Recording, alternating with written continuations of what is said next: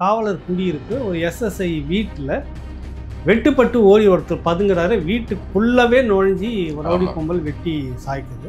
என்னன்னா சட்டம் ஒழுங்கு மிக கேவலமாக மோசமாக மாறிக்கிட்டு இருக்கு. அதை கேள்வி கேட்கக்கூடிய ஜனநாயக சக்திகள் இருக்கணும்ல.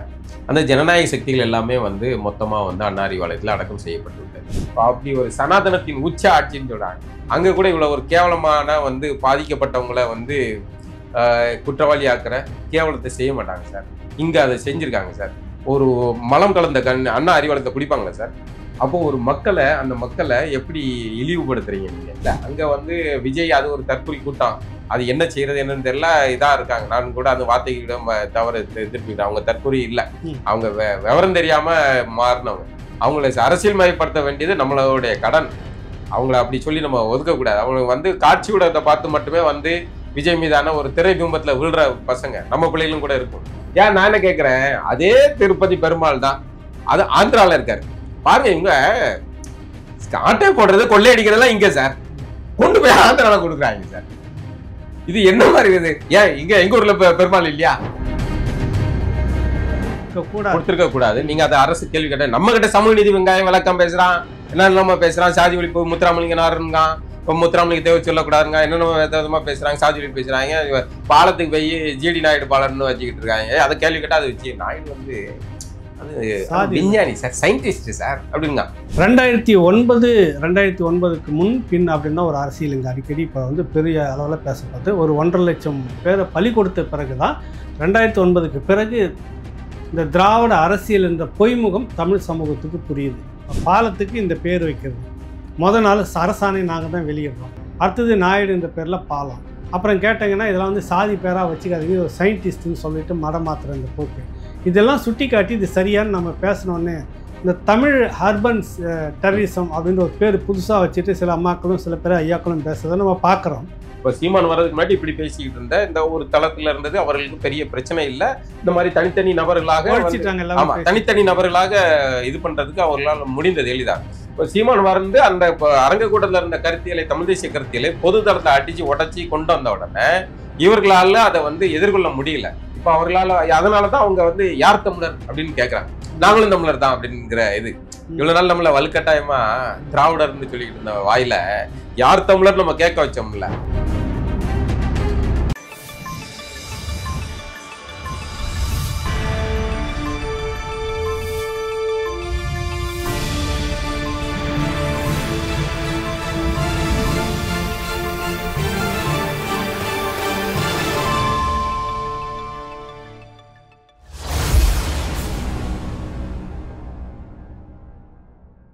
இன்னைக்கு நேற்று பார்த்தீங்கன்னாக்கா ஒரு காவலர் குடியிருப்பு ஒரு எஸ்எஸ்ஐ வீட்டில் வெட்டுப்பட்டு ஓடி ஒருத்தர் பதுங்குறாரு. வீட்டுக்குள்ளவே நுழைஞ்சி ஒரு ரவுடி கும்பல் வெட்டி சாய்க்குது. தொடர்ச்சியாக இந்த 4.5 ஆண்டு காலத்தில் 7000 படுகொலைகள் தமிழகத்தில் நடந்திருப்பதாக மருத்துவர் அன்புமணி ராமதாஸ் குறிப்பிடுறாங்க. மற்றவங்களும் குறிப்பிட்டு பேசிட்டு இருக்கிறாங்க. தினசரி கிட்டத்தட்ட சட்டம் ஒழுங்குன்றது கேலிக்குரியதாக போயிட்டே இருக்குது. ஆனால் அப்படிலாம் எதுவுமே இல்லை, இது ஒரு அமைதி பூங்கா அப்படின்னு முதலமைச்சர் தரப்பில் சொல்கிறாங்க. இது எப்படி நீங்கள் எடுத்துக்கிறீங்க? இல்லை அது என்னன்னா சட்டம் ஒழுங்கு மிக கேவலமாக மோசமாக மாறிக்கிட்டு இருக்கு. அதை கேள்வி கேட்கக்கூடிய ஜனநாயக சக்திகள் இருக்கணும்ல. அந்த ஜனநாயக சக்திகள் எல்லாமே மொத்தமாக அண்ணா அறிவாலயத்தில் அடக்கம் செய்யப்பட்டு விட்டது. அப்போ உங்களுக்கு பொது தளத்தில் அது இது சட்டம் ஒழுங்கு பிரச்சனை அப்படிங்கிற கேள்வியே இல்லாத மாதிரி மாறுது. இதே அதிமுக பழனிசாமி ஆட்சின்னா கொய்ய மொய்யன்று ஒரே ஒப்பாரியெல்லாம் இருக்கும், எல்லாம் பேசிக்கிட்டே இருப்பாங்க. இப்போ அப்படி இல்லை. அதனால உங்களுக்கு அது சட்டம் ஒழுங்கு பிரச்சனையா தெரியல. இப்போ கோவையில் ஒரு மாணவி பாலியல் வன்முறைக்கு செய்யப்படுறாங்க. அண்ணா பல்கலைக்கழகத்தில் ஒரு மாணவி பாதுகாக்கப்பட்ட இடத்துல அப்படி ஒரு சம்பவம் நடக்குது. இந்த எல்லா சம்பவத்திலையுமே ஒரே ஒரு இணைப்பு புள்ளி இருக்கு. அது என்னன்னு சொல்லுங்க, அந்த பெண்கள் மீது தான் தவறு. இது எப்படின்னா இதுதான் இவர்களுடைய ஆட்சி. இந்த திமுக இந்த ஆட்சி வரும்போது அதை நியாயப்படுத்துறதுக்கான வேலைகளை செய்வாங்க. இதே அதிமுக ஆட்சினா சட்டம் ஒழுங்கு எந்த லட்சம் சந்தி சிரிக்கு வர்றா ஒரு அண்ணா யூனிவர்சிட்டியில பாதுகாப்பு அந்த இடத்துல இப்படி ஒரு மாணவி இதாகிறாங்க அப்படின்னு பேசுவாங்க. ஆனா இங்க அப்படி இல்லை. இந்த பொண்ணு ஏன் அந்த நேரத்துக்கு அங்க போனா அப்படின்னு, அந்த பொண்ணு எதுக்காகவும் என்ன வெங்காயத்துக்காகவும் போயிட்டு போகுது, என்ன எதுக்காகவும் போயிட்டு போகுது. நீ ஒரு கற்பனை காட்சி வச்சிருக்கல, அதுக்காக கூட வச்சு போயிட்டு போகுது. ஆனால் அங்க அந்த இடத்துல இந்த மாதிரியான ஒரு சம்பவம் நடக்குது அப்படின்னா அது எவ்வளவு பலகீனமானது. அதுவும் வெறும் அந்த ஒரு பொண்ணோட இல்லை, பல பெண்களுக்கு நடந்திருக்கு. இப்ப நீங்க இந்த துணிச்சலாக ஒரு பொண்ணு வந்து முன் வந்து ஒரு புகாரை கொடுக்குது, அந்த பிள்ளையோட இது எல்லாத்தையும் ரிலீஸ் பண்ணி நீங்க அந்த பொண்ணை கேரக்டரை சொல்லி முடிக்கிறீங்க. இப்ப அடுத்து ஒரு 10 பிள்ளைகள் பாதிக்கப்பட்ட 10 பிள்ளைகள் இருக்குல்ல, அந்த 10 பிள்ளை வந்து புகார் எப்படி வரும்? அப்ப நமக்கு அதான் நடக்கும். அப்ப அந்த இதுதான் வந்து இதோட சிக்கல். இது அதிமுக ஆட்சினா புகார் கொடுப்பாங்க. ஆனா இவர்கள் ஆட்சியில புகார் கொடுக்க வரவன வந்து பழி கொடு, பொட்டல் வேங்க இல்ல குடிநீர்ல மலத்தை கலந்தாங்களா, டேய் கலந்தவன்கள் நீங்க தாண்டா அப்படின்னு போட் முடிச்சு விட்டு எவன் கொடுக்க வருவான்? எந்த ஊர்லயாவது இப்படி ஒரு ஐக்கியத்தை நடக்குமா சார்? யூபியில யோகி ஆதித்யநாத் சங்கி அப்படி ஒரு சனாதனத்தின் உச்ச ஆட்சின்னு சொல்றாங்க. அங்க கூட இவ்வளவு ஒரு கேவலமான வந்து பாதிக்கப்பட்டவங்களை வந்து குற்றவாளி ஆக்குற கேவலத்தை செய்ய மாட்டாங்க சார். இங்க அதை செஞ்சிருக்காங்க சார். ஒரு மலம் கலந்த அண்ணா அறிவாலயத்தை குடிப்பாங்களா சார்? அண்ணா அறிவாலயம் டேங்க்ல மலத்தை கலந்து விட்டு அவங்களே குடிச்சுக்கிடுவாங்க சார். அப்போ ஒரு அந்த மக்களை எப்படி இழிவுபடுத்துறீங்க நீங்க? அவங்களே வந்து மருத்துவமனையில பாதிக்கப்பட்டு சிக்கினதுக்கு அப்புறம் அவங்க வெளியே வந்து மருத்துவர் செக் பண்ண சொன்ன பிறகு உங்க குடிநீரை செக் பண்ணுங்க, எல்லாருக்கும் இப்படி ஆகுதுன்னு செக் பண்ண பிறகு அதை கண்டுபிடிக்கிறாங்க. அதன் பிறகுதான் தொட்டியை பாக்குறாங்க. ஆனால் அந்த மக்களை வந்து அவர்களே குற்றவாளி. அவங்க அம்மா எந்த தாய் தான் சொல்லுவா, எப்ப அவன் 2 ஏக்கர் 2 லட்ச ரூபாய் பணம் கொடுத்தா ஒத்துக்கப்பா இது அப்படின்னு யாராவது சொல்லுவாங்களா சார்? எவ்வளவு கேவலமான காரியம். ஆனா அப்போ அந்த தாய் என்ன சொல்லுவாங்க, எப்பா என்ன பண்ணாலும் ஒத்துக்காதன்னு. இந்த ஒத்துக்காதங்கிறத மட்டும் கட் பண்ணி அதை வந்து உங்க ஐடி மூலமா வெளியிட்டு நீங்க வந்து அந்த மக்களை வந்து குற்றவாளியா மாத்துறீங்கன்னா எவ்வளவு அழைக்க பயிலுங்க சார். நீங்க இதை கண்டிக்க வேண்டிய திருமாவளவன் அங்க சொம்பு தூக்கிட்டு இருக்காரு சார். அண்ணா அறிவாலயம் அவர்தான் சிபிஐ விசாரணை போராட்டம் பண்ணாரு. இல்ல அதான் சிபிஐ விசாரணை எங்க அதெல்லாம் சும்மா கணக்கு கட்டுறது தானே. என்ன தீவிரமா இருந்தாரு? ஆம்ஸ்டாங் படுகொலை சிபிஐ விசாரணை வேணும்னு போச்சு. இது வந்து கூடாதுன்னு உத்தரவு வந்துட்டு இல்ல சொல்றேன். ஆமா, இவர்கள் வந்து அதை எதிர்த்து மேல்முறையீடு பண்றாங்க. ஏன் சார் ஆம்ஸ்டாங் கொலையில குற்றவாளி அது ஏதோ ரவுடி கேங்கு ஏதோ ஒண்ணு செஞ்சான், அவன் மாட்டு போறான் சார். நீங்க ஏன் சார் பதறீங்க? எங்க ஒரு போலீஸ் கும்பலால அடிச்சு கொள்ளப்பட்டான் அஜித்னு ஒரு பையன், காவலாளி பையன். அதை வந்து நீதிமன்றம் வந்து கண்டிச்சு இது பண்ணோன்னே அதெல்லாம் நாங்க ரொம்ப புனிதமானவர்கள் பாருங்க நாங்க நடவடிக்கைன்னு ஓவர் நைட்ல நீங்க சிபிஐ உத்தரவு போட்டீங்கல்ல. ஏன் ஆம்ஸ்டாங்க்கு அது வரமாட்டுக்கு? கவின் இப்போ சொல்றாங்க விஜய் வந்து இங்க கூப்பிட்டு பார்த்தாருன்னு. கவின் படுகொலையில் நீங்க அந்த ஊர்ல தான் இருந்தீங்க, அங்கதான் இருந்தீங்க. ஒரு 1 ஹவர்ல கவின் வீட்டுக்கு போயிருக்க முடியும், ஏன் போகல நீங்க? அவங்க பெற்றோரை ஏன் இங்க கூப்பிட்டு வந்து பாக்குறீங்க? விஜய் சொல்றாங்க இந்த திராவிட கும்பல்லாம் வந்து விஜய் சொல்றாங்க இங்க விஜய் நம்ம கழுவி ஊத்துறோம்னு வைங்களேன், விஜய் கேவலமான அதுக்கு முன்னாடி இவர் தானே. நீங்க எதுக்கு சார் கவினை வந்து ஒண்ணு கவினை பார்த்திருக்க கூடாது, அது ஏதோ ஒரு இதுல மோதல் நடந்துருக்கு, எதுக்கு நீங்க கூப்பிட்டு வச்சுக்க பாத்தீங்க? அப்ப நீங்க பார்த்தது சரினா விஜய் பார்த்ததும் சரிதான், அப்படிதானே? இல்லை, இதில் வந்து முதலமைச்சர் கரூர் சம்பவத்தில் உடனடியாக வந்து செயல்பாட்டில் இருந்தால் நேர்களுக்கு போயிட்டாரு முதலமைச்சர், எல்லாரையும் பார்த்தாரு, உடனே இது பண்ணார், நடவடிக்கை எடுத்தார் அப்படின்னு முதன்மையாக படுத்தி பேசுகிறாங்க இந்த திராவிடத்தினுடைய எல்லா தளமும், ஊடகம் உள்ளிட்ட எல்லாமும். அதே அந்த மக்கள் ஒரு 67 பேருக்கு மேலே சாராயம் குடிச்சு இறக்குற அந்த குடும்பம் எல்லாமே வறிய நிலையில் இருக்கக்கூடிய அதிகமாக ஒடுக்கப்பட்ட சமூகம். இந்த வேகம் இப்படி யாரும் அங்கே போகலையே. இல்லை அது மட்டும் இல்லை, அதை தான் சொல்றேன். இது விஜயை வந்து கார்னர் பண்ணணும், விஜயை வந்து மொத்தமாக குற்றவாளியா ஆக்கணும் அப்படிங்கிறனால நாங்க பாருங்க நடவடிக்கை எடுத்தோம் அப்படின்னு அரசுடைய செயல்பாடை காட்டுறதுக்காக நைட்டோட நைட்டா போனாங்க. அது எனக்கு அந்த பாபநாசம் படத்துடைய காட்சி தான் நினைவு வந்துச்சு. ஏதோ நேர்த்தி தப்பா இருக்கே அப்படின்னு ஒரு சீன் வரும் சார். அந்த படம் வந்து எனக்கு சம்பந்தம் இல்லாம நினைவு வந்துச்சு சார். நீங்க வேற எதுவும் நினைக்காதீங்க. இல்ல புரியுது. இதுல வந்து விஜய குற்றவாளி ஆக்கணும்னு கள்ளக்குறிச்சி விஷயம் அவங்களே குற்றவாளி. அப்ப அங்க போக முடியாது இல்ல, அங்க வந்து அரசு குற்றவாளி. ஒரு கள்ளச்சாரையும் காய்ச்சி வியாபாரம் பாக்குறான், அவன் உங்க கட்சிக்காரனா இருக்கான், நீங்க வந்து அவனும் மாட்டிட்டு வெளியும் வந்தாச்சு, அடுத்து வியாபாரத்தை ஆரம்பிச்சாச்சு. அப்போ அப்படி விட்டுக்கிட்டு இருக்கீங்க. நீங்க அந்த மக்களை அமைதிப்படுத்துறதுக்கு எந்த ஊர்ல சார் உண்டு கள்ளக்கார சாரையும் குடிச்சா சாவு நாய், சரியா? அது கொழுப்படுத்து போய் சாகுது, குடிச்சு சாக போகுதுன்னு தெரியுதான் செய்யுது. அவனுக்கு எதுக்கு சார் நீங்க 10 லட்சம் கொடுக்கணும்? போர்ல போய் மாபெரும் 10 லட்சம் அந்த மக்கள் சரி அவங்க குடும்பத்தை பாதிக்கிறவங்க, சரி ஒரு பெரிய இழப்பு, அந்த குடும்பத்தை சேர்ந்தவர்களுக்கு ஏதாவது ஒரு உதவிகள் செய்யுங்க. ஆனா 10 லட்ச ரூபாய் நீங்க கொடுத்து வாயை அடைக்க பாக்குறீங்க, சரிதானே? உங்கள் மீதான தவறை மறைக்கிறதுக்காக நீங்க இந்த வேலையை செய்யறீங்க. அதான் அதில் இருக்கிறது. ஏன்னா இங்க சென்னையில நீங்க விழா நடத்துனீங்க, ஏர் ஷோ நடத்துனீங்க, அந்த கூட்டத்தை உங்களால ஒழுங்குபடுத்த முடியல. ஒரு அரசு அவ்வளவு பெரும்பான்மையான பலம் பொருந்திய எல்லாத்தையும் நீங்க மாநில முதல்வர் அறிஞ்சு உங்க குடும்பமே கூலிங் கிளாஸ் போட்டு வந்து உட்கார்ந்து இருந்தீங்க. உங்களால அத அரசு நிர்வாகம் அவ்வளவு பலம் பொருந்திய அரசு நிர்வாகம் வச்சிருக்கிற உங்களால, அது மெரினா பீச் இவ்வளவு பெரிய பரந்த இடம், அந்த இடத்துல அந்த மக்களை குறுகிய வெளியில வச்சு அவங்கள தண்ணி தாக வச்சு செத்து சாகு அடிச்சீங்க. அவ்வளவு பேர் திணறாங்க வேலை பேச்சு. அந்த ரயில்ல வந்தவன் ஆரம்பிச்சு எல்லாம் திரள். அப்போ ஒரு அரசாலே முடியல. அங்க வந்து விஜய் அது ஒரு தற்கொலை கூட்டம், அது என்ன செய்யறது என்னன்னு தெரியல, இதா இருக்காங்க. நான் கூட அந்த வார்த்தைகளிடம் தவறு திருப்பிக்கிட்டேன். அவங்க தற்கொலை இல்லை, அவங்க விவரம் தெரியாம மாறினவங்க. அவங்களை அரசியல் மயப்படுத்த வேண்டியது நம்மளுடைய கடன். அவங்கள அப்படி சொல்லி நம்ம ஒதுக்கக்கூடாது. அவங்க வந்து காட்சி ஊடகத்தை பார்த்து மட்டுமே வந்து விஜய் மீதான ஒரு திரை பிம்பத்துல விழுற பசங்க நம்ம பிள்ளைகளும் கூட இருக்கும். அவங்கள வந்து நம்ம தான் வழி மீட்டு கொண்டு வரணும். விஜய் திரைமுகத்துல போய் விழாதீங்கடான்னு அவங்களை காப்பாற்றி கொண்டு வரணும்னு வைங்களேன். ஆனால் அவர்கள் என்ன செய்வாங்க, ஒரு அரசு நிர்வாகமே இந்த லட்சத்துல ஒரு கூட்டத்தை கட்டுப்படுத்த முடியாம நீங்க தோத்து போனீங்க, ஓடி போயிட்டீங்களா, என்ன பண்ணீங்க நீங்க? அது ஓடி போயிருக்க வேண்டியதானே? ஏங்க தலைமறைவானீங்க? ஏன் கள்ளக்குறிச்சிக்கு போயிருக்க வேண்டியதானே? ஓடி போயிருக்க வேண்டியதானே? கரூருக்கு ஓடி போன மாதிரி ஏன் இங்க போல? இங்க நீங்க குற்றவாளி, அங்க விஜய் குற்றவாளி ஆக்கணும். பாயிரம். ஆமா, அதான் அவ்வளவுதான். இறுதியா வந்து ஒரு கேள்வி. அமைச்சர் KN நேரு திராவிட பாரம்பரியத்துல இவங்க எல்லாமே ஊழல் போட்டு, ஊழல்னா நீங்க அந்த ஊழல் நினைச்சிடாதீங்க, சாராயம். திராவிட கொள்கையில ஊறியவர்கள். சட்டநாத கோயிலுக்கு சமீபத்தில் போயிட்டு வர்றாரு. அப்புறம் வேற ஏதோ இன்னொரு கோயிலுக்கெல்லாம் போயிட்டு சுத்திட்டு இருக்கிறாரு. இப்போ அவருடைய பிறந்த நாளை ஒட்டி அப்படின்னு சொல்றதுக்காக வேண்டி திருப்பதி கோயிலுக்கு போறாரு. அங்க வந்து 44 லட்சம், அது 4 நாள் என்னன்னு தெரியல, அங்க வந்து கொடுத்துட்டு வர்றாரு. தமிழ்நாட்டை சேர்ந்த 4+4 8 அஷ்டம அதிபதி அங்க எங்கேயோ இறங்கி இருக்காரு, ஏதோ சேட்டை பண்ணிட்டாரு அப்படி 4 வார்த்தையை போடுங்க சார் ஜோதிடரா. காரணம் இருக்கும் சார். 44 லட்சம் பேர் யாரும் வந்து 45 லட்சமா இருக்க கூடாது, ஏன் 40 லட்சமா இருக்க கூடாது, ஏன் 23 லட்சமா இருக்க கூடாது? 44க்கும் ஏதாவது ஒரு கணக்கு இருக்கும் சார். எவனா ஜோதிடர் சொல்லியிருப்பான். நம்ம பாலாஜி கேச மாதிரி எவனா வேட்டை பண்ணிருப்பான், சேட்டை பண்ணிருப்பான், சொல்லி விட்டுருப்பான். நீங்க 44 லட்சம் தம்பி பாலாஜி கேச இதுல இதாயிராத, இந்த மாதிரி ஏதாவது ஜோதிடர் யாராவது ஒரு ஜோதிடர் சொல்லியிருக்கலாம். இப்படி வந்து இப்படி இடி இதுல இருந்து அதோடைய கோவத்துல இருந்து தப்பிக்கணும்னா அங்க பாலாஜி போய் ஏதாவது கமிஷனை கொடுத்து ஒரு கரெக்ட் பண்ணி இப்படி ஈடிக்கு குறுக்க வந்து ஒரு கோடை போட்டு அந்த சைடு வர விடாம பாத்துக்காங்க அப்படின்னு நேருஜி வந்து போய் கொடுத்துருக்காரு அப்படின்னு பொதுமக்கள் சந்தேகப்படுவாங்களா சார்? நம்மளும் சந்தேகப்படலாம்ல.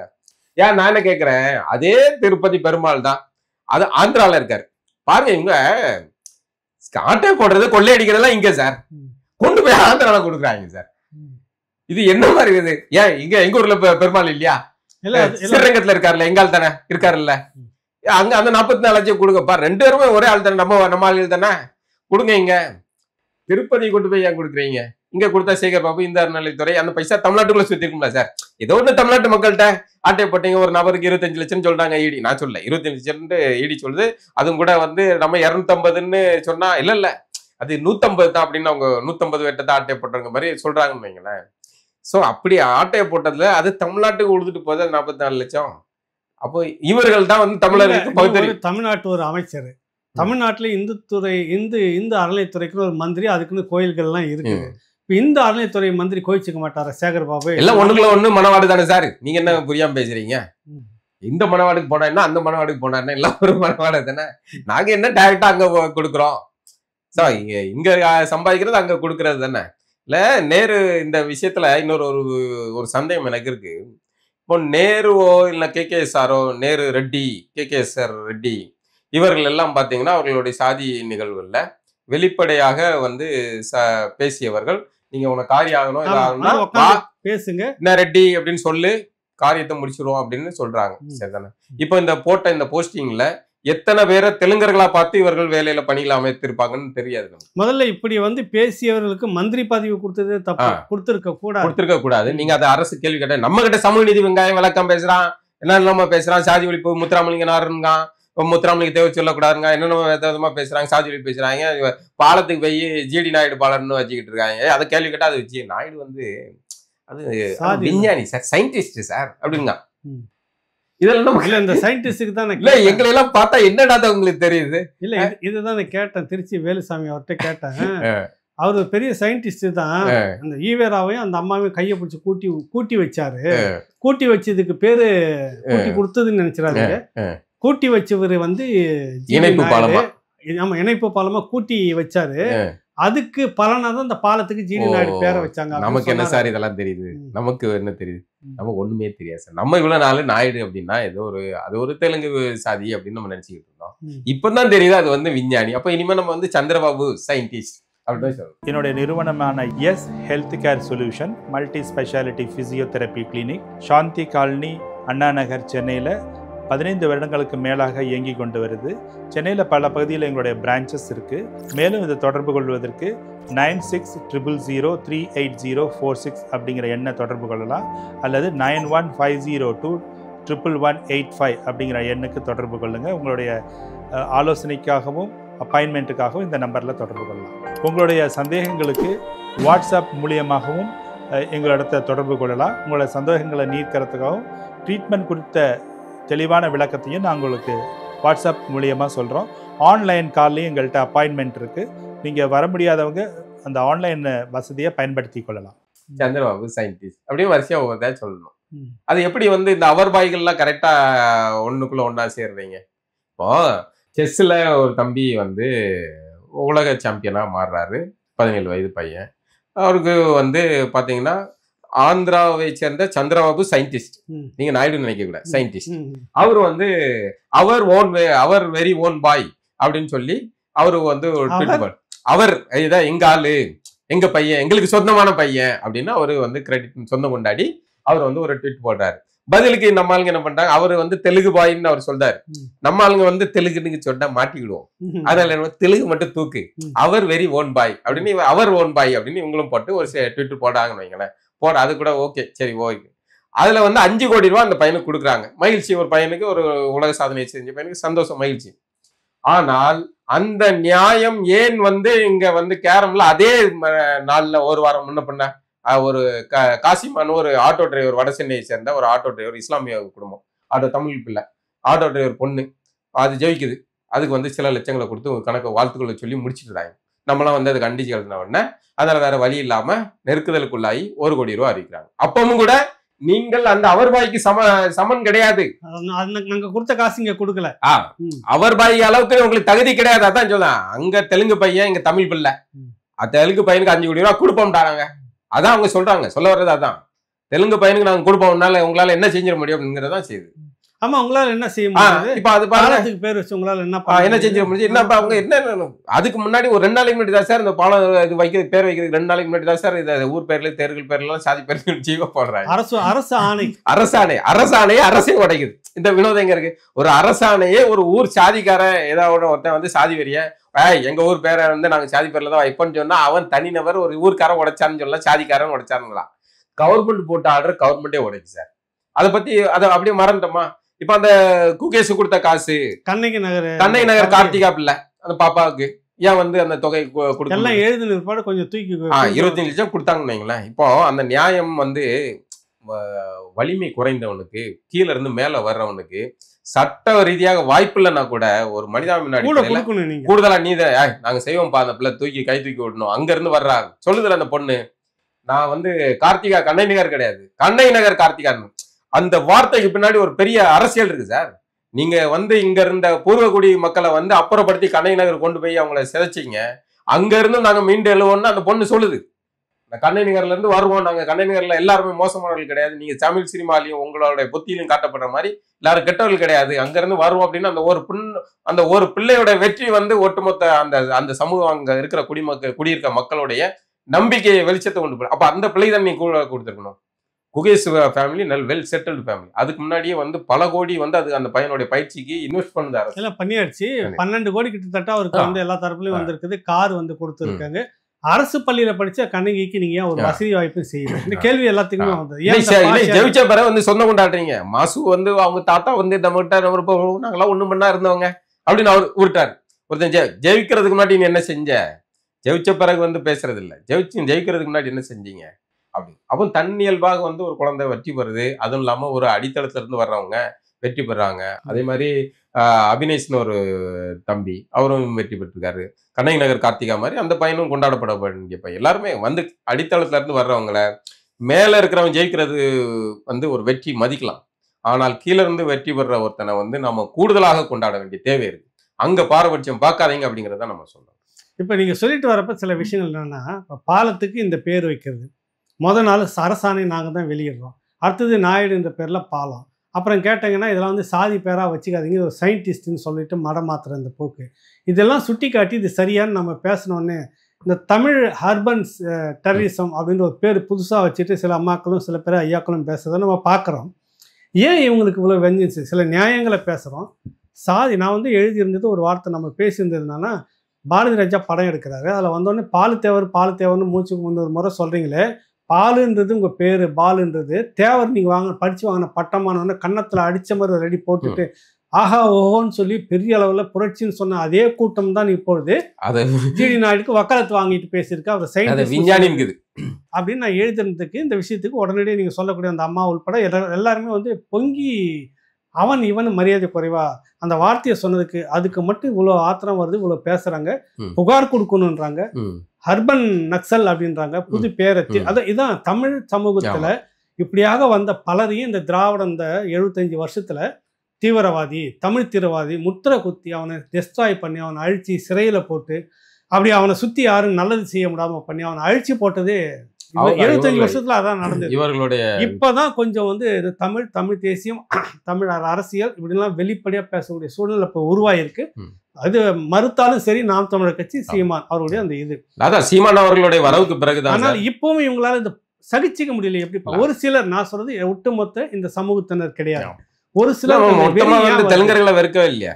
இவர்கள் நம்ம கிட்ட வந்து திராவிடத்தை திணிக்கக்கூடிய இந்த இவர்களை தான் நம்ம தெலுங்கர்கள் அவர்கள் இயல்பாக வாழ்ந்துகிட்டு இருக்காங்க, அவங்களும் பொழப்பு பார்த்துக்கிட்டு இருக்காங்க. நம்மள மாதிரி அவங்களும் ஒரு மனிதர்கள், சக மனிதர்கள், அன்பு பாராட்டுல இருந்து பிரச்சனையும் கிடையாது. ஏன் இந்த ஒரு சிலர் பேர் இந்த நக்சல் அர்பன் அது என்னன்னா வந்து தமிழ் அர்பன் நக்சல் இந்த பேர் ஏன் வச்சு அது என்னன்னா சொல்லி நிறைய பேர் அழிச்சது.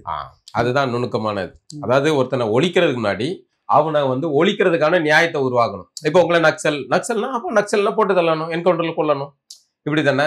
அந்த நியாயத்தை உருவாக்கிட்டோம்ல. இவங்க தீவிரவாதி, பயங்கரவாதி அப்படின்னு சொல்லிட்டாலே போதும், அப்போ அவர்களை ஆமா பயங்கரவாதி கொல்லப்பட வேண்டியவர்கள் தான் அப்படிங்கிற நியாயத்தை பொதுத்தளத்தை உருவாக்குறது தான். அது இல்லாம இவ்வளவு நாள் வந்து தமிழர்கள் வந்து திராவிட மாயையில இருந்தோம், நம்ம அதை அவங்க சொல்ற உருட்டுகள்லாம் நம்பிக்கிட்டு இருந்தோம். இன்னைக்கு நம்ம கேள்வி எழுப்பினோம்னா அவனுக்கு பதட்டம் வருது. அவன் என்ன சொல்றான், இவ்வளவு நாள் முட்டா பையில தானே இருந்த, இன்னும் இரண்டா ஏன்டா எது கேள்வி கேட்கிற அப்படிங்கறத அவங்க சொல்றாங்க. இப்ப சீமான் அவர்களுடைய வரவுக்கு பிறகு, சீமானுக்கு முன்னாடி அரங்க கூட்டத்துல பேசப்பட்ட தமிழ் தேசிய அரசியல் அவனுக்கு பிரச்சனை இல்லை. இந்த அரங்க கூட்டத்துல பேசப்பட்டதுக்கு கூட வழக்கு ஒண்ணும் இல்ல. அதுதான் அது வந்து ஒரு சின்ன அளவுல போயிருக்கும் சார். அறிஞர் குணா, அறிஞர் மிக பெரும் ஆளுமை நெடுஞ்செழியன் ஐயா அப்படி எல்லாருமே உட்காந்துட்டு ஒரு நிகழ்ச்சிக்காக ஒரு நோட்டீஸ் தயாரிச்சு பேசிட்டு இருக்கிறாங்க. அதை தீவிரவாதத்தோடு ஒப்பிட்டு தேசிய பாதுகாப்பு சட்டம் போட்டு உள்ள வச்சிருந்தாங்க, சிறைப்படுத்தி. அதான் குணா அவர்களுடைய வாழ்க்கையிலே வந்து விளையாண்டாங்க. 3 ஆண்டுகளோ எத்தனை ஆண்டுகளோ சிறையில இருந்தாரு அவரு. இந்த வழக்கு பல ஆண்டுகள் இழுத்து அடிச்சாருங்க. இப்படி வந்து உங்களை வந்து இந்த மாதிரி சட்ட ரீதியா ஒடுக்கி உங்களை பொருளாதார முடக்கி உளைச்சலுக்குள்ளாகி நீங்க இதை பேசுறதுல இருந்து விலகி போறதுக்கான வேலைகளை எல்லாமே செய்வாங்க. அதுதான் அந்த நுணுக்கமான அரசியல். இப்ப சீமான் வர்றதுக்கு முன்னாடி இப்படி பேசிக்கிட்டு இருந்த இந்த ஒரு தளத்துல இருந்தது அவர்களுக்கு பெரிய பிரச்சனை இல்லை. இந்த மாதிரி தனித்தனி நபர்களாக இது பண்றதுக்கு அவர்களால் முடிந்தது எளிதா. இப்ப சீமான் வந்து அந்த அரங்க கூட்டத்துல இருந்த கருத்தியலை, தமிழ் தேசிய கருத்தியலை பொது தளத்துல அடிச்சு உடச்சி கொண்டு வந்த உடனே இவர்களால அதை வந்து எதிர்கொள்ள முடியல. இப்ப என்ன பண்றாங்க, இவ்வளவு நாள் முட்டாளா இருந்தீங்களா, இவன் வந்து இன்னும் வந்து இப்ப கேட்கறீங்க அப்படிங்கிற அந்த பதட்டத்துல இருந்த. இப்ப அவன் இவ்வளவு நாள் நம்மகிட்ட ஆதிக்கம் செலுத்திட்டு இருந்தான். இப்போ வந்து அவர்கள் வந்து திராவிடம் தடுப்பாட்டம் ஆடுது. இப்ப அவர்களால அதனாலதான் அவங்க வந்து யார் தமிழர் அப்படின்னு கேட்கறாங்க. நாங்களும் தமிழர் தான் அப்படிங்கிற இது. இவ்வளவு நாள் நம்மள வலுக்கட்டாயமா திராவிடர்னு சொல்லிக்கிட்டு இருந்த வாயில யார் தமிழர் நம்ம கேட்க வச்சோம்ல, அதே வந்து தமிழர்களுடைய வெற்றி தான், சீமானவர்களுடைய வெற்றி தான், தமிழர்கள் தமிழ் தேசிய கருத்தியல்ல இயங்கக்கூடிய அத்தனை பேருடைய வெற்றி தான். அடுத்த கட்டத்துக்கு போட்ட அடிச்சாச்சுல. இப்ப அவனை அடிச்ச உடனே அவன் வந்து பதட்டமாகறான்ல. இல்ல இப்ப இதை முடக்கிறதுக்கு தான் இந்த மாதிரி வார்த்தையை பயன்படுத்துற. இந்த வார்த்தை அப்படின்னா அவங்கள வந்து நக்சலைட்னு சொல்லிட்டா எளிதா வந்து இவர்கள் நக்சலைட் தான் அப்படின்னு சொல்லி பேர் வைக்கிறாங்க, தமிழ் அர்பன் நக்சல். ஆமா, அது வந்து ரொம்ப மோசமான யுக்தி. அதுக்கு வந்து ஏன்னா இப்ப நம்ம யார்கிட்ட போய் கேட்கறது எனக்கு தெரியல. ஏன்னா இப்படி வந்து ஒரு அம்மா தமிழ்நாட்டுல இருந்துகிட்டு ஒரு தெலுங்கு அம்மா வந்து ராஜராஜ சோழன் தெலுங்குங்குது, தமிழர்களை வந்து அர்பன் நக்சலைட்டுங்குது, தமிழ் அர்பன் நக்சலைட்டுகள் அப்படின்னு அது இஷ்டத்துக்கு வார்த்தையில பேச. அதுக்கு அரசு உடந்தையா இருக்குது. அரசு ஆட்சியாளர்கள் எல்லாம் உடந்தையாக இருக்கிறாங்க. அப்படிங்கும்போது யார்கிட்ட போய் நீங்க கோரிக்கை வைப்பீங்க இவர்கள் மீது நடவடிக்கை எடுக்கிறது? ஆட்சி உங்க ஆட்சி கிடையாது, கேள்விக்குள்ளாக்க முடியாது. இப்ப யார்கிட்ட நீங்க கேட்பீங்க? அப்போ வேடிக்கை பார்த்து தான் போகணும். தமிழர்களுடைய ஆட்சி வரும்போது தான் அது அப்படி வர்றதை வந்து அத்தனை எளிதா விட்டுற முடியாது. இது வந்து நபர் சாதாரணமா பேசக்கூடிய ஆளுகளுக்கு இவ்வளவு நெருக்கட்டுனா சீமானுக்கு எவ்வளவு இதை கொடுத்துருப்பாங்க. அதான் பார்த்தோமா, அவர் வீட்டுல போய் நோட்டீஸ ஒட்டுறது, வைக்கிறது, சம்மன் நோட்டீஸ் ஒட்டுறது எவ்வளவு அளப்பறை கொடுத்தாங்க, வச்சாங்க, எல்லாம் பார்த்துக்கிட்டு தானே இருக்கும். உச்ச நீதிமன்றத்துல அந்த வழக்கு போய் அதை முடிஞ்சனால அதெல்லாம் அமைதியா இருக்காங்க. அடுத்த ஆளை தேடிட்டு இருக்காங்க. இப்ப வந்து ஆம்பளை விஜயலட்சுமி கிடைச்சிருக்கலாம் ஒருவேளை, தெரியல, இருக்கட்டும். இறுதியாக வந்து ஒரு கேள்வி, 2009க்கு முன் பின் அப்படின்னு தான் ஒரு அரசியல் இங்கே அடிக்கடி இப்போ வந்து பெரிய அளவில் பேசப்படுது. ஒரு 1.5 லட்சம் பேரை பலி கொடுத்த பிறகு தான் 2009க்கு பிறகு இந்த திராவிட அரசியல் என்ற பொய்முகம் தமிழ் சமூகத்துக்கு புரியுது. அந்த எந்த ஒரு பெரிய இனப்படுகொலை நடந்துவிடக்கூடாது என்பதற்காக மாவீரர் ஆனார்களோ, தடுத்து எல்லாமே மாவீரர் ஆனார்களோ, அவர்களுக்கான மாதம் இது. மாவீரர்கள் மாதம் அப்படின்னு தான் சொல்ல வரோம். இதில் நம்ம என்ன படிப்பினையை எடுத்துக்கலான்றீங்க? என்ன சொல்ல வரீங்க இந்த சமூகம்? இல்லை, ஒன்று அங்கே களத்தில் போராட்டம் வந்து முடிஞ்சுது. அது ஒரு மொட்டுச்சந்தில் போய் நின்று முள்ளிவாய்க்காலில் முடிஞ்சு போனதுங்களா, ஒரு பெரிய இழப்பில் முடிஞ்சு போச்சு. இப்போ அடுத்த தலைமுறை அந்த வழியை வந்து அடுத்த தலைமுறை இத்தனை ஆண்டுகள் ஆட்சி, அடுத்த தலைமுறை வந்து அதை கடத்தி அதை மேற்கொண்டு தொடர்ந்து சோர்வில்லாமல் பயணம் செஞ்சு மீண்டும் மீண்டும் வரலாறை பதிவு வைக்கிறார். அது எந்த வகையிலையாக இருக்கலாம், நீங்களும் நானும் பேசுகிறதா இருக்கலாம், யாரோ படம் இயக்க கூட தெரிஞ்சவங்க வந்து அதை தொடர்ந்து அதை பதிவு பண்ணுறதா இருக்கலாம். புலம்பெயர் தமிழர்கள் வந்து இந்த வேலைகளை வந்து கூடுதலாக அவங்க நாவலை கொண்டுட்டு வரலாம். அப்படி என்னென்ன யாருக்கு என்ன தெரியுதோ, ஒரு படம் வரையக்கூடியவன் படமாக வரையலாம், ஒருத்தர் எழுதக்கூடியவர்னா எழுதலாம். எந்த வகையிலையோ அதை வந்து தொடர்ந்து பேசுபொருளாக வச்சுக்கிட்டு இருக்க வேண்டியது அவசியம், காலத்தின் கட்டாயம். அது எல்லாத்தையும் விட நமக்கு வந்து நம்மளை விட இங்கே நம்ம வந்து பொருளாதார இல்லை, பலமாக இல்லை, புலம்பெயரில் இருக்கிறவங்க அவர்கள் வந்து கூடுதலாக இந்த வேலைகளை வந்து செய்ய வேண்டிய தேவை இருக்கு. இன்னும் வந்து பிரபாகரன் அவர்களுடைய பெயர் ஃபேஸ்புக்கில் அந்த புகைப்படம் இதெல்லாம் வந்து வர்றதை வந்து தடுத்து வச்சு இப்போ இதை சட்ட ரீதியாக உடைக்கிறதுக்கு என்ன செய்ய முடியும் அப்படிங்கிற சர்வதேச அளவில் அவர்கள் வந்து அது பெரிய அளவில் அதுக்காக திரண்டு ஒரு பெரும் ஆர்ப்பாட்டத்தை, ஒரு பேரணியை, அவர் வந்து இது இல்லை, தீவிரவாதி இல்லை அப்படிங்கிறத புரிய வைக்கிறதுக்கான ஒரு பெரும் திரளான பேரணியை செய்யலாம். அவங்க சொல்லுவாங்க எங்களுடைய தனிப்பட்ட நிறுவனம் அப்படிங்கிற கோரிக்கை வச்சாலும் கூட, இது பண்ணாலும் கூட அதை உடைக்க வேண்டிய தேவை இருக்கு. ஏன்னா இப்போ அதுதான் வந்து இதுக்கு பின்னாடி பெரிய இது இருக்கு. அந்த முகத்தை தொடர்ந்து பதிவாக இல்லாம இருக்கணும், மனங்கள்ல இருந்து அப்புறப்படுத்தணும், இந்த வேலைகள்லாம் செய்யறாங்க. அப்போ அதை உடைக்க வேண்டிய தேவையும் இருக்கு. அதை வந்து புலம்பெயர்ல இருக்கவங்க தான் செய்ய முடியும். ஆக இந்த ஈழத்துல நடந்தது ஒரு இனப்படுகொலை அப்படிங்கிறத நம்ம தொடர்ந்து அடுத்த தலைமுறைக்கு தொடர்ந்து கடத்தியாக வேண்டிய நிர்பந்தத்தில் தமிழர்கள் இருக்கும். வந்து ஜூஸ் அவங்க யூதர்கள் வந்து எத்தனை ஆண்டுகள் ஆனாலும் அதை தொடர்ந்து அந்த இதை வந்து பதிவு பண்ணிக்கிட்டே வராங்க, டாக்குமெண்ட் பண்ணிக்கிட்டே இருக்காங்க. அவங்களுக்கான திரைப்படங்கள் நிறைய வந்திருக்கு, அவங்களுக்கான இலக்கியங்கள் நிறைய வந்திருக்குது. அதை மாதிரியான திரைப்படம் எடுக்க முட்டி போட்டு தவம் இருந்து அவன் தண்ணி தீர்ந்து போகுதுன்ற மாதிரி பொருளாதார ரீதியாக அடிபட்டு நொந்து போதுண்டான்ற மாதிரி விலைக்கு ஓடுற மாதிரி தாங்க சொல்லுவாங்க. இன்னைக்கு வரைக்கும் ஒரு சாதாரண ஒரு உலக சினிமா தம்பி 2 பேரும் தான் பார்த்தேன். அந்த படம் என்ன பேரு, சல்லியர்கள். 2 பேரும் ஒரு எவ்வளவு பெரிய வீர காவியம், அது நெகிழ்ச்சியாக இருந்தது. அதை பத்தி பேசணும். வர 28ஆம் தேதி அது வெளியில வருது. அது வந்து ஒரு 2 நாள் நான் மன உளைச்சல் இருந்தேன். அந்த திரைப்படத்தை பார்த்து களம் இப்படியும் இருந்ததா, போராளிகள் இப்படியும் இருந்தார்களா, இவர்களா தீவிரவாதி என்று உலகமே திரும்பி பார்த்து கேட்கக்கூடிய அந்த திரைப்படத்துக்கு ஒரு பெரிய தொகையை மட்டும் போட்டிருந்தாங்கன்னாக்கா ஹாலிவுட் திரைப்படத்துக்கு இணையா அது வந்திருக்கு. கிட்டு வந்து எனக்கு ரொம்ப பிடித்தமான ஒரு இயக்குனர். அவரு அந்த ஒரு குறைந்த அதில் அவருடைய சிறப்பு என்னன்னா, ஒரு குறைந்த நேரத்துக்குள்ள ஒரு விஷயத்தை வந்து எளிமையாக கடத்துற வித்தை வந்து அவன்கிட்ட இருக்கு இயல்பா. அது அப்போ அந்த மாதிரியான ஒரு பையனுக்கு வந்து ஒரு பெரிய அளவுல இல்லை. அதுதான் என்னென்ன நீங்க சொல்லிட்டே வந்தீங்கல்ல, புலமைந்த சமூகம் இங்க இருக்கக்கூடிய இந்த தமிழ்ல பெரும் செல்வந்தர்கள் இணைந்து ஒரு தமிழ் இந்த ஒரு இன அழிப்புக்காக ஏன் ஒரு பெரிய திரைப்படத்தை கொண்டு வர முடியல, அப்படியே ஒரு பெரிய நாவலை கொண்டுட்டு வர முடியல. அது இந்த மாதிரியான கலைப்படைப்புகளுக்கு செய்யறதுக்கான ஒரு ஒருங்கிணைப்பு குழுவை கூட இவங்க உருவாக்கலாம். இந்த மாதிரியான படைப்புகள் செய்யறதுக்கு பாத்தீங்கன்னா சங்கிகள் வந்து அவ்வளவு இன்வெஸ்ட்மெண்ட் வச்சிருக்காங்க, திராவிட கூட்டம் அவ்வளவு இன்வெஸ்ட்மெண்ட் வச்சிருக்காங்க. எதுக்கு அவங்க புத்தகம் போடுறாங்க, இந்த புத்தகத்தெல்லாம் அவங்க வாங்கி படிக்க போறாங்களா? இல்ல, அதை டாக்குமெண்டா உருவாக்கிட்டே இருக்கிறது, தொடர்ந்து அதை பேசுபொருளா வச்சுக்கிட்டு இருக்குது. தமிழர்களுக்கு நாங்க தான் கல்வி கொடுத்தோம், நாங்க தான் படிக்க வச்சோன்னு அதுக்கு எவன் நம்ப பொருள்னா கூட ஆவணம் ஆக்கிட்டே இருக்கிறது. இன்னைக்கு உலகம் முழுக்க இருக்க தமிழ் இன்டலெக்சுவல் இருக்காங்கன்னு வைங்களேன், எல்லாம் தமிழ் சார்ந்த ஆய்வாளர்கள் இருக்காங்கன்னா, அந்த திராவிடத்தை எங்கெல்லாம் வந்து நம்ம போய் அதாவது மொழி சார்ந்த ஆய்வறிஞர்கள்னு ஒரு உலகம் முழுக்க இருக்காங்க. அந்த இடத்துல நீங்க ஆய்வறிக்கையை சமர்ப்பிக்கணும். அந்த இடத்துக்கு நம்ம போகணும், நம்ம தமிழ்ல அறிஞர்கள் போகணும். அதுக்கு வந்து அவன்கிட்ட அறிவு இருக்கும், ஆனா அவனுக்கு பொருளாதாரம் இருக்காது, அவனுக்கு படைப்புகளை சமர்ப்பிக்கிறதுக்கான வாய்ப்புகள் இருக்காது, வழிமுறை தெரியாம இருக்கலாம். அதுக்கெல்லாம் ஒரு அதை வழி ஏற்படுத்தி கொடுக்கறதுக்கான வாய்ப்புகளை உருவாக்குறதுக்கான அமைப்புகளோ இந்த மாதிரியான வேலை திட்டங்களோட செய்ய வேண்டியது அவசியம். இது காலத்தின் கட்டாயம், இதை செஞ்சே ஆகணும். ஆனா இதுல எல்லாம் கவனம் செலுத்தாம வெறுமனே நீங்க வந்து பேசிட்டு இருக்கிறதுல அது கிடையாது. நீங்க ஒவ்வொரு தளத்திலையும் இயங்கியாக வேண்டிய அவசியம் இருக்கு. இது வந்து மாவீரர்கள் நாள் அந்த அது ரொம்ப ஈழத்தமிழர்கள் சார்ந்த அந்த விஷயங்கள்ல இன அழிப்புல வந்து இது மிக முக்கியமான மாதம் இந்த மாதம். அப்போ இந்த மாதிரியான விஷயங்களை நம்ம தொடர்ந்து பதிவு செய்ய வேண்டியது அவசியம். இப்போ நம்ம பேசுறது கூட இது ஒரு பதிவு தான், ஒரு டாக்குமெண்டா இந்த மாதிரி பேசுறேன். அதுக்காக தான் இந்த கேள்வி கேட்டேன், பதிவு செய்யணும். இப்போ சல்லியர்கள் படம் வந்து நான் பார்த்ததுல ரொம்ப மிகச்சிறந்த படம். அந்த படத்துக்கு குறைந்த தொகையில மிரட்டி இருக்கிறார் தம்பி. ரொம்ப அழகான ஒரு 100 கோடி ஒரு 50 கோடி இருந்தா கூட இந்த படம் எங்க பேசப்படும், இவ்வளவுக்கும் ஏற்கனவே வந்து மேதகுன்னு ஒரு படம் எடுத்து அதை காட்டியிருக்கான்.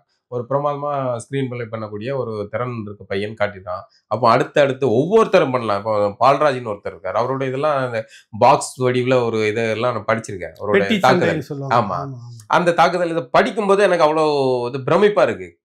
அப்போ தலைவர் வந்து ஒண்ணுமே சொல்லல அப்படிங்கும்போது அவர் இதை எடுத்து எதிரி பேசினதை போட்டு காட்டினாரு அப்படின்னு சொல்லுவாங்க. அந்த ரைட்டப்பையே ஒரு படம் எடுக்கலாம் சார். அந்த பால்ராஜிங்கிற ஒரு நபர் அவருக்குள்ளதே கூட ஒரு படமா எடுக்கலாம். இப்படி ஒவ்வொரு வகையிலும் பெரும் தளபதி பிரிகேடியர் பால்ராஜ் இப்படி ஒவ்வொருத்தரையும் தனித்தனி நபர்களா அப்படி ஆவணப்படுத்த ஆரம்பிச்சாலே அது ஒரு பெரிய இது. எவ்வளவு நினைச்சு பார்க்க முடியாத கற்பனைகளுக்கு அப்பாற்பட்ட தியாகங்கள் சார்.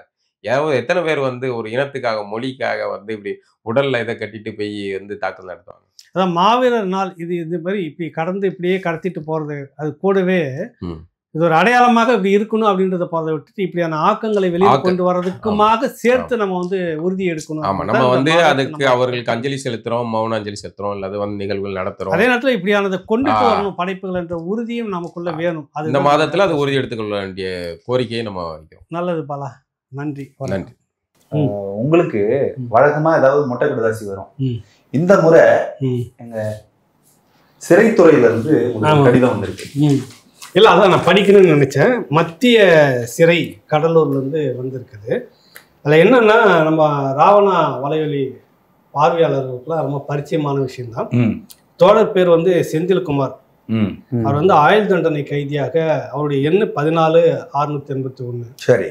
மத்திய சிறையில் இருக்கிறார். 16 வருஷமா சிறையில் தான் இருக்கிறார். சரி. அவர் வந்து எனக்கு ஒரு கடிதம் எழுதுறாரு. பெறுதல் வழி வந்து உயர்திரு சிறை கண்காணிப்பாளர் அவர்கள் வழியாக அவருடைய அனுமதி பெற்று அவங்க படித்து பார்த்து சீல் அடித்து தான் அனுப்புவாங்க. என்னன்னா, அதில் எழுதுறாரு, மிகவும் ஏழ்மை நிலையில் இருக்கும் படிக்கும் MBBS மருத்துவம் படிக்கும் மகனுக்கும், மருத்துவம் முடிச்சுட்டு MD முதுகலை மருத்துவம் படிக்கும் 1ஆம் ஆண்டில் படிக்கும் எனது மகளுக்கும் கல்வி கட்டணம் ஏற்பாடு செய்து உதவிட கோரும் மனு அப்படின்னு சொல்லிட்டு சொல்றாரு. இந்த தோழர் வந்து அவர் எழுதுனது வந்து, வணக்கம் ஐயா, வணக்கம். நான் ஈழத்தமிழர் விடுதலை போராட்டத்தை ஆதரித்து குரல் கொடுத்து போராடியதால் தடா வழக்கில் ஆயுள் தண்டனை பெற்று கடந்த 16 ஆண்டுகளாக கடலூர் மத்திய சிறையில் இருந்து வருகிறேன். என்னுடைய ஏழ்மை இந்த நிலையில் படிக்க வைப்பது என்பது இயலாத காரியம். முறைப்படி மெரிட்டில் பிள்ளைங்க படிச்சிருக்காங்க. என்னுடைய மகன் MBBS 4ஆம் ஆண்டிலும், மகள் இந்த ஆண்டு முதுகலை 1ஆம் ஆண்டிலும் படிக்க உள்ளார். பிள்ளைகளை மேற்கொண்டு படிக்க வைக்க முடியலைன்றது உங்களுக்கே தெரியும். கடந்த முறை உதவி செய்திருந்தவர்கள் இந்த முறை அடுத்த ஆண்டு பள்ளி படிப்பை இறுதி செய்வதற்காக நிதி நெருக்கடி மோசமான நிலையில் இருக்கிறேன். மேற்கொண்டு படிக்க வைச்சிட முடியாமல் மிகவும் சிரமப்பட்டு வருகிறேன்னு சொல்கிறாரு. எனவே கருணை உள்ளம் கொண்ட ராவணா பார்வையாளர்கள் எனக்கு எனது குடும்ப சூழ்நிலை கருதி பிள்ளைகளுடைய படிப்பை மனதில் கொண்டும் உதவி செய்ய வேண்டும் அப்படின்னு சொல்லிட்டு ஒரு கடிதம் எழுதி அனுப்பியிருக்கிறாரு. கடந்த முறை நம்ம சிறை அதை சொல்லியிருந்தோம், நிறைய பேர் அதுக்கு பங்கெடுத்துக்கிட்டாங்க. ஒரு 2 ஆண்டுகள் கடந்திருக்குன்னு நினைக்கிறேன். நம்ம 2 ஆண்டு ஆயிருக்குல்ல. இந்த ஆண்டு அவருக்கு சமாளிக்க முடியல, நிதி நெருக்கடியில் இருக்கிறாரு. அவர் ஒரு போராட்டம் முன்னெடுத்தார். அந்த போராட்டத்தினுடைய வடிவு வந்து சரியா தவறா அப்படின்றது ஒரு பக்கம். அதில் வந்து சிக்கிட்டார். நிறைய தலைவர்கள்லாம் அதில் இருந்தாங்க, பேரெல்லாம் சொல்ல வேணா, அவங்க வெளியில் வந்துட்டாங்க. இவர் மட்டும் சிக்கிட்டார். 16 ஆண்டுகளாக சிறையில் இருக்கிறார். ஈழத்தமிழர்களுக்காக போராடி அந்த போராட்டத்தில் வந்து சட்டப்படி அவர் வந்து தண்டிக்கப்பட்டிருக்கார். ஆமாம், ரொம்ப அந்த அம்மா வந்து ஏதோ ஒரு சின்ன வேலை செய்து அந்த பிள்ளைங்களை இது வரைக்கும் கொண்டுட்டு வந்துட்டு இருக்கிறாங்க. சமாளிக்க முடியல. மருத்துவம் மெரிட்டில் தான் படித்து கஷ்டப்பட்டு படித்து தான் வந்திருக்குங்க பிள்ளைங்க. அது நிறைய பேர் பங்கெடுத்துக்கிட்டாங்க. அது 2 ஆண்டுகள் ஓடிட்டு இருந்தது. இப்போ இந்த முறை ரொம்ப சிக்கலாக இருக்குது அப்படின்னு கடிதம் உறுதியாக வந்து ஈழத்தமிழர்கள் மட்டும் இல்லை, உலகம் முழுவதும் பரவி வாழ்ற நிறைய எல்லா தமிழர்களும் இந்த மாதிரி தமிழர்களும் ஒருங்கிணைந்து ராவணா வலையொலியின் ஊடாக உறுதியாக அந்த ஈழத்தமிழர்களுக்காக போராடி இன்றைக்கு சிறையில் ஆடிக்கொண்டிருக்கிற அந்த ஐயாவுக்கு நம்ம உறுதியாக, ஏன்னா அடுத்த தலைமுறைன்றது அவங்க அதுதான். அது முடியாமல் அவர் உள்ளே இருக்கிறாரு. அந்த பிள்ளைங்க படித்து மேலே வரணும். யாரும் வந்து ராவணாவுக்கோ அல்லது என்னுடைய இதுக்கு எந்த இதுவும் நேரடியான பணத்தொகை எதுவுமே அனுப்ப வேணாம். அந்த முகவரியை அவர்களுடைய சம்மந்தப்பட்ட அந்த மாணவருடைய முகவரியை நான் உங்களுக்கு கீழே கொடுக்குற வங்கி கணக்கு எண் எல்லாத்தையுமே அதுக்கு நீங்கள் வந்து உங்களுடைய ஆதரவை தெரிவித்தா போதும். நேரடியாக அவங்களுக்கே அனுப்புனா போதும், அவங்கக்கிட்ட போய் சேர்ந்தாவே போதும் அப்படிங்கிறது அந்த நேரத்தில் அவங்கக்கிட்ட வைக்கிற கோரிக்கை. எல்லாரும் உதவி செய்து உதவுமாறு கேட்டுக்கொள்ளும்.